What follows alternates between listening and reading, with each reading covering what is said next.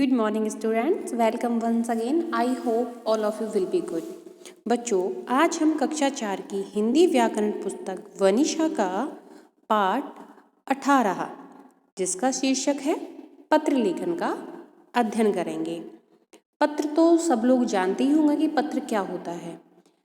अभी तो पत्र का चलन नहीं है, एक दूसरे को पत्र नहीं भेजे जाते हैं, लेकिन जो पहले का समय था उस समय अपनी बातों को दूसरी जगह पहुंचाने का माध्यम पत्र ही होते थे।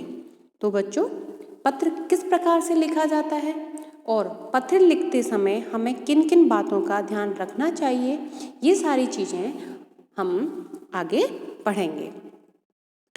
पत्र संदेश भेजने का एक ऐसा माध्यम है जिससे हम दूर रहने वाले अपने प्रियजनों और अन्य लोगों से संपर्क बनाए रखते हैं।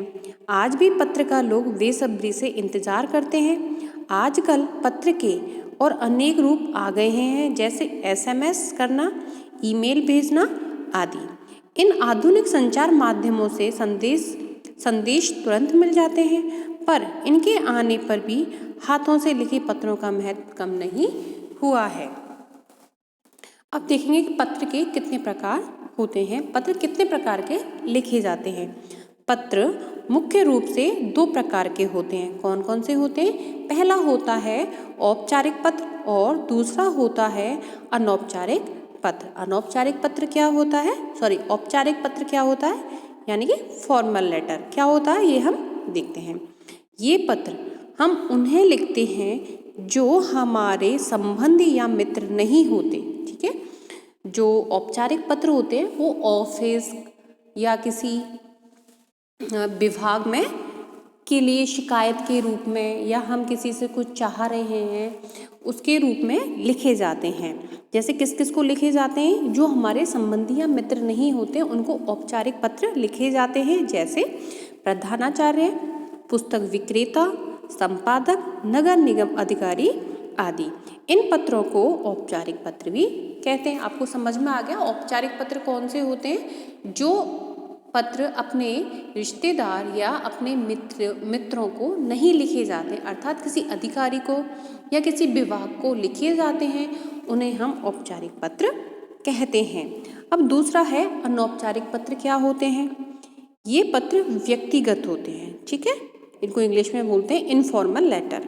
ये पत्र कैसे होते हैं? व्यक्तिगत होते हैं, यानी कि मैं जैसे कि अपनी माँ को लिखूं, भाई को लिखूं, या फिर अपनी बहन को लिखूं, या अपने किसी मित्र को लिखूं, तो ये पत्र कैसे हो गए? व्यक्तिगत हो गए। जो हमारे दिल के बहुत करीब होते हैं, जैसे हमारे मित्र, रिश्तेदार आदि। इन पत्रों को अनौपचारिक पत्र भी कहते हैं। अब बात आती है कि पत्र लिखते समय किन किन बातों को ध्यान में रखना आवश्यक है। तो इन चीज़ों को हम देख लेते हैं। पत्र लिखते समय कुछ बातों का ध्यान रखना आवश्यक है। कौन कौन सी बातें हैं? पत्र की भाषा सरल एवं स्पष्ट होनी चाहिए। पत्र की लिखावट साफ सुथरी होनी चाहिए। विराम चिन्हों का सही ढंग से प्रयोग होना चाहिए और जिसको पत्र लिखा जा रहा है उसके लिए उचित संबोधन का प्रयोग होना चाहिए। तो बच्चों, आपकी समझ में आया कि हमें किन किन चीज़ों का ध्यान रखना चाहिए। सबसे पहले कि भाषा कैसी होनी चाहिए उसकी। सबसे पहले भाई भाषा ही होती है मेन, तो कैसी होनी? सरल और स्पष्ट होनी चाहिए कि सामने वाले को आसानी से समझ में आ जाए। और लिखावट स्वच्छ एवं सुंदर होनी चाहिए। और जो हम विराम चिन्ह लगाते हैं कि कहाँ हमें रुकना है, कहाँ अपनी बात कहनी है, तो विराम चिन्हों का प्रयोग भी सही प्रकार से करना चाहिए। और जिसको पत्र लिखा जा रहा है उसका संबोधन भी हमें उचित संबोधन करना चाहिए। जैसे मित्र है तो प्रिय, यदि कोई हमसे बड़ा है तो उसके लिए आदरणीय, ठीक है। तो इस तरीके से हमें इन सारी चीज़ों का ध्यान रखना चाहिए। अब है आपकी पुस्तक में कुछ औपचारिक और अनौपचारिक पत्र दे रखे हैं। मैं आपको इनमें से एक औपचारिक पत्र करवाऊंगी और एक अनौपचारिक पत्र करवाऊंगी, और जिनको करवा रही हूँ मैं उनको ही आपको अपनी कॉपी में करना है, ठीक है। और इनमें से ही एग्जाम में आएगा। पहला है औपचारिक पत्र, और वो क्या है? संपादक को गंदगी की सूचना हेतु पत्र लिखना है आपको, क्योंकि संपादक महोदय अखबार में हमें अपनी बात निकालनी कि हमारा मोहल्ला बहुत गंदा रहता है, वहाँ साफ सफाई का बिल्कुल भी ध्यान नहीं दिया जा रहा है। तो अपनी इस समस्या का समाधान समस्या का समाधान करवाने के लिए हम जो न्यूज़पेपर अखबार वाले जो संपादक होते हैं उनको हमें अपना प्रार्थना पत्र देना है या पत्र देना है। तो सबसे पहले लिखेंगे हम सेवा में, किसको लिख रहे हैं? संपादक को। तो संपादक अमर उजाला लखनऊ।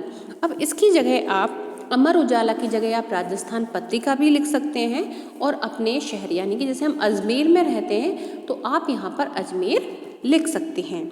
फिर आता है विषय क्या है? गंदगी की सूचना हेतु पत्र की, भाई जो हमारे मोहल्ले में हमारी कॉलोनी में जो गंदगी हो रही है उसकी सूचना देनी है। ठीक है, तो विषय क्या हो गया? गंदगी की सूचना हेतु पत्र।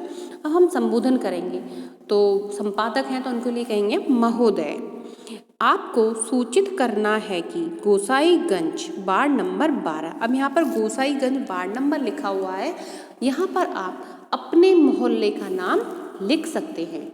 जैसे कोई रहता है कुंदन नगर, तो कुंदन नगर में इस तरीके से लिख सकते हैं कि आपको सूचित करना है कि कुंदन नगर वार्ड नंबर वहाँ का जो भी है, वार्ड नंबर 1 या 13 जो भी होगा, पर सड़कों पर बहुत गंदगी है, लोग घरों का कूड़ा सड़क पर ही डाल देते हैं, सफाई कर्मी कई दिन से इधर नहीं आया है, गंदगी से बीमारी फैल सकती है। आपसे विनम्र निवेदन है कि अपने समाचार पत्र में जनहित में यह सूचना प्रकाशित करने का कष्ट करें। क्षेत्रवासी आपकी इस उदारता हेतु सदैव आपके आभारी रहेंगे। ठीक है, उसके बाद सादर। ठीक है, भवदीय जो पत्र लिख रहा है, कोई भी कॉलम, जैसे मैं लिख रही हूँ तो मैं अपना नाम लिख दूंगी वहाँ पर और अपना एड्रेस लिख दूंगी। ठीक है, कि मैं कहाँ रह रही हूँ। ठीक है, जैसे गोसाईगंज, यहाँ गोसाईगंज है तो मैं जैसे कुंदन नगर वार्ड नंबर ये अजमेर, और नीचे सबसे एंड में वहाँ पर दिनांक आ जाएगी। तो ये हो गया एक आपका औपचारिक पत्र का नमूना कि औपचारिक पत्र किस तरीके से लिखा जाता है। अब पढ़ेंगे हम अनौपचारिक पत्र। अनौपचारिक पत्र जो कि अपने रिश्तेदारों या अपने मित्रों को मित्रजनों को लिखा जाता है। तो किस तरीके से लिखते हैं? अब आपकी पुस्तक में जो अनौपचारिक पत्र है वो अपनी माँ को लिखा जा रहा है। किस विषय पर? स्वेटर बनवाना है, किसी बच्चे को अपनी माँ से स्वेटर बनवाना है, वो बाहर रहता है पढ़ाई के लिए, उसको स्वेटर की ज़रूरत है, वो किस तरीके से पत्र लिखेगा? तो सबसे पहले पता आता है यानी कि एड्रेस आता है जहाँ पर वो रह रहा है। जैसे वो किसी हॉस्टल में रहता है तो हॉस्टल का नाम क्या है? नेशनल छात्रावास। जगह आप कुछ भी लिख सकते हो, अजमेर, जयपुर, जो भी कुछ है लिख सकते हो। उसके बाद दिनांक आएगा। ठीक है, उसके बाद संबोधन करोगे। आदरणीय माताजी, सादर चरण स्पर्श। मैं यहाँ कुशल से रहते हुए आपकी कुशलता की कामना ईश्वर से करता हूँ। आपके द्वारा भेजा गया पत्र मुझे प्राप्त हुआ, पढ़कर सभी समाचारों से अवगत हुआ।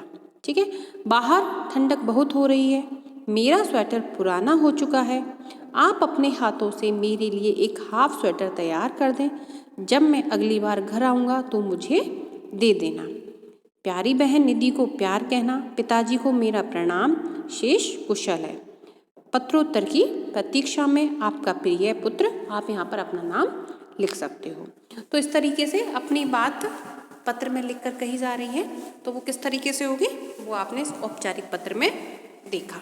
तो ये दोनों जो पत्र मैंने करवाए हैं, संपादक को गंदगी की सूचना हेतु और माँ को स्वेटर बनाने हेतु जो पत्र लिखना है, इन दोनों को आपको अपनी कॉपी में करना है और इनको याद भी करना है, क्योंकि इन दोनों में से ही आपके एग्जाम में आएगा। तो बच्चों, आज आपका पत्र लेखन का जो अध्याय था वह यहीं समाप्त होता है। धन्यवाद।